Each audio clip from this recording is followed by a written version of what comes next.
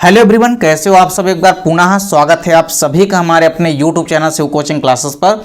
उम्मीद करते हैं आप सभी मस्त होंगे, बेहतर होंगे, आप सभी की पढ़ाई भी अच्छे से चल रही होगी। आज की इस वीडियो में हम देखेंगे class 11th biology NCERT chapter 4 हमारा चल रहा है एनिमल किंगडम यानी कि जंतु जगत, जिसमें आज की इस वीडियो में हम देखेंगे संघ एनिलिडा और संघ एनिलिडा के जितने भी सामान्य लक्षण हैं वो हम आपको आज की इस वीडियो में यहाँ पे पूरा का पूरा कवर कराने वाले हैं। तो चलिए सीधे वीडियो को स्टार्ट करते हैं। बात करते हैं संघ एनिलिडा की यानी कि फाइलम एनिलिडा की। तो देखिए, इस संघ के जीवों को हम सामान्यतः खंडयुक्त क्रमी कहते हैं। क्या कहते हैं? खंडयुक्त क्रमी।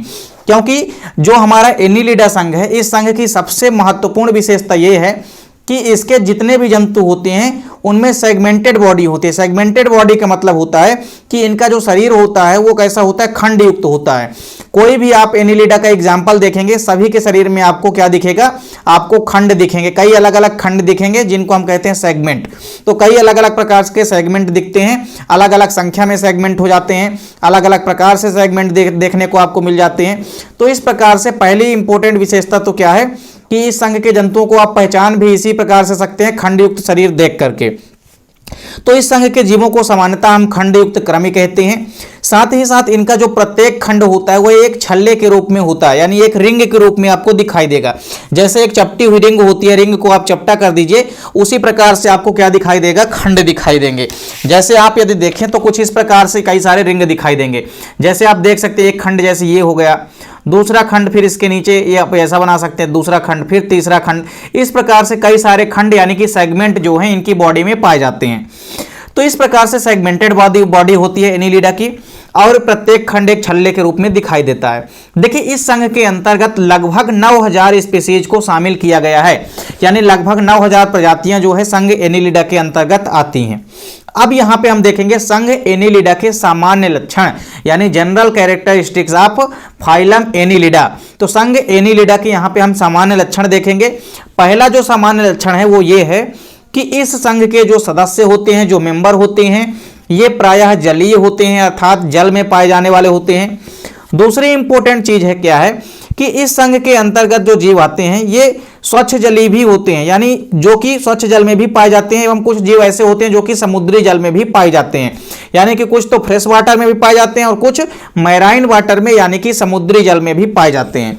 तो संघ एनिलिडा के जितने भी जंतु हैं वो प्रायः जलीय होते हैं, जल में पाए जाते हैं, कुछ स्वच्छ जल में पाए जाते हैं और कुछ जो होते हैं वो समुद्री जल में पाए जाते हैं। फिर इसके बाद देखिए, जो दूसरी इंपॉर्टेंट विशेषता या सामान्य लक्षण है वो ये है कि ये स्वतंत्र जीवी या परजीवी भी होते हैं। कुछ इसके स्पीसीज या कुछ मेंबर ऐसे होते हैं जो कि स्वतंत्र जीवी यानी कि फ्री लिविंग होते हैं, स्वतंत्र रूप से जीवन यापन करते हैं, और कुछ पैरासिटिक के रूप में भी यानी कि परजीवी के रूप में भी जीवन यापन करते हैं, अर्थात किसी दूसरे जंतु के ऊपर लिपट करके या उनसे अटैच होकर के पोषण प्राप्त करते हैं।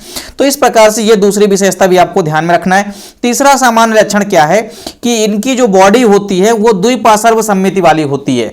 हमने आपको क्या बताया कि जितने भी विकसित संघ हैं लगभग उन सभी की जो बॉडी होती है उनमें सिमेट्री जो होती है वो बाइलेटरल सिमेट्री होती है, यानी कि द्विपार्श्व सममिति पाई जाती है। तो इनका जो शरीर होता है वो द्विपार्श्व सममिति वाला होता है, खंडयुक्त बॉडी होती है, एवं शरीर पर 3 स्तरीय जनन स्तर पाए जाते हैं, अर्थात इनका शरीर जो है ट्रिप्लोब्लास्टिक होता है, त्रिस्तरीय होता है यानी कि ट्रिप्लोब्लास्टिक होता है, और साथ ही साथ देह गुहा युक्त होता है इनका शरीर। ये भी आपको याद में रखना है। अगली विशेषता क्या है कि इनका जो शरीर होता है उसकी जो बाएं त्वचा यानी कि जो एपिडर्मिस होती है उसके द्वारा स्रावित क्यूटिकल द्वारा घिरा होता है, यानी इनका जो शरीर होता है बाएं त्वचा, तो बाएं त्वचा द्वारा एक परत होती है जिसको हम क्यूटिकल कहते हैं, क्यूटिकल के द्वारा घिरा होता है इनका बाहरी परत, और क्यूटिकल शरीर को सूखने से बचाता है। क्यूटिकल की अहम भूमिका क्या होती है? इनकी बॉडी सूख न जाए, उस सूखने से बचाने के लिए इनकी बॉडी पर क्यूटिकल का आवरण भी पाया जाता है। तो इस प्रकार से आपको यह भी याद में रखना है कि इनमें क्यूटिकल का आवरण भी पाया जाता है।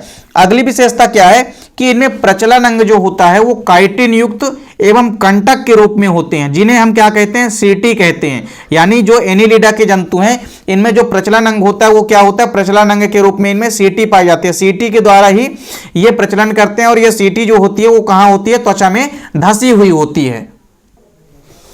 अगली विशेषता देखिए क्या है, इनकी जो आहार नाल होती है, इनकी आहार नाल एक सीधी नलिका के रूप में होती है। कैसी होती है? एक सीधी नलिका के रूप में होती है जो कि मुख से गुदा तक जाती है। यानी इनकी जो आहार नाल होती है, यानी जो कैविटी होती है, बेसिकली इसको आप कहेंगे एक सीधी नलिका के रूप में होती है, जो कि मुख से लेकर के कहाँ तक होती है, गुदा तक होती है।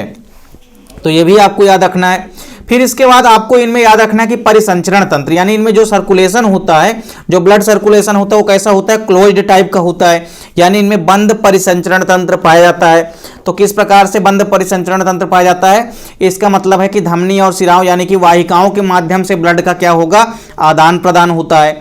इसके अलावा अगली विशेषता आप देखेंगे कि इनमें जो उत्सर्जन तंत्र होता है, यानी जो एक्सक्रीजरी सिस्टम होता है, वो विशेष प्रकार की एक कुंडलित नलिकाओं के रूप में होता है, जिसे हम कहते हैं नेफ्रिडिया। तो संघ एनीलिडा से 3-4 क्वेश्चन अक्सर बनते हैं। पहला क्वेश्चन तो ये बनता है कि खंड युक्त बॉडी होती है, इनकी सेगमेंटेड बॉडी होती है। दूसरी इंपॉर्टेंट चीज है कि इनमें जो प्रचलन अंग होता है वो किसके द्वारा होता है, तो प्रचलन अंग के लिए सीटी नामक संरचना पाई जाती है, सीटी के द्वारा इनमें प्रचलन होता है। फिर इसके बाद ये कैसे होते हैं, बाइलिंगी होते हैं कि यूनिसेक्सुअली होते हैं, तो ये द्विलिंगी होते हैं, ये भी आपको ध्यान में रखना है। इसके अलावा उत्सर्जन तंत्र किसके द्वारा होता है, तो नेफ्रिडिया होता है, नेफ्रिडिया के कारण उत्सर्जन होता है, ये भी आपको ध्यान में रखना है। यानी उत्सर्जय अंग कौन सा होता है इनमें, नेफ्रिडिया। तो इनमें उत्सर्जन तंत्र जो होता है, यानी जो एक्सक्रीजरी सिस्टम होता है, वो एक विशेष प्रकार की कुंडलित नलिकाओं के रूप में होता है, जिन्हें हम क्या कहते हैं, नेफ्रिडिया कहते हैं। फिर इसके बाद अगली विशेषता है कि ये प्रायः कैसे होते हैं, द्विलिंगी होते हैं, यानी कि बाइसेक्सुअली होते हैं, और कुछ सदस्य जो होते हैं वो एक लिंगी भी होते हैं, यानी कि यूनिसेक्सुअली भी होते हैं। इसके बाद अगली विशेषता है, देखिए कि इनमें जो श्वसन होता है, यानी जो रेस्पायरेशन होता है, वो सामान्यतः शारीरिक सतह द्वारा होता है या पैरापोडिया एवं सिर के बने विशेष उभारों गिल द्वारा होता है। कभी कभी सामान्य शारीरिक सतह द्वारा भी होता है, और पैरापोडिया एवं सिर में कई सारे विशेष प्रकार के उभार बने होते हैं, जिसे हम गिल कहते हैं, इसके द्वारा भी इनमें उत्सर्जन तंत्र श्वसन तंत्र जो है इनमें, यानी रेस्पिरेटरी सिस्टम होता है। तो श्वसन तंत्र इनमें या तो सामान्य शारीरिक सतह से होगा, बॉडी की सतह से होता है, या तो जो उभार पाए जाते हैं जिसे हम गिल कहते हैं, गिल के द्वारा भी होता है। तो इस प्रकार से आपको रेस्पिरेटरी सिस्टम भी याद रखना है। अगली विशेषता क्या है कि इनमें जो विकसित तंत्रिका तंत्र है वो पाई जाती है, यानी वेल डेवलप्ड इनमें नर्वस सिस्टम यानी कि तंत्रिका तंत्र जो है पाया जाता है।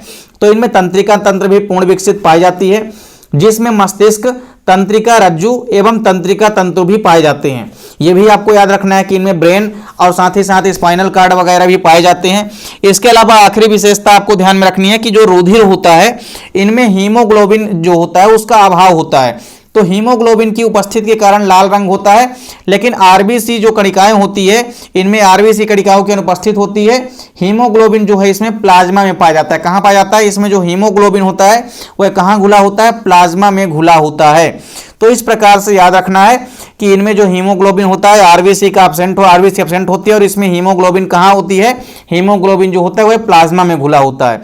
या तो अनुपस्थित होगा या तो उपस्थित होगा, तो किस में घुला होगा, प्लाज्मा में घुला होता है। इसके बाद आपको कुछ एग्जाम्पल याद रखने हैं, क्योंकि एग्जाम्पल आपको हर एक संघ के याद रखने हैं। इसका सबसे बड़ी एग्जाम्पल है जोक।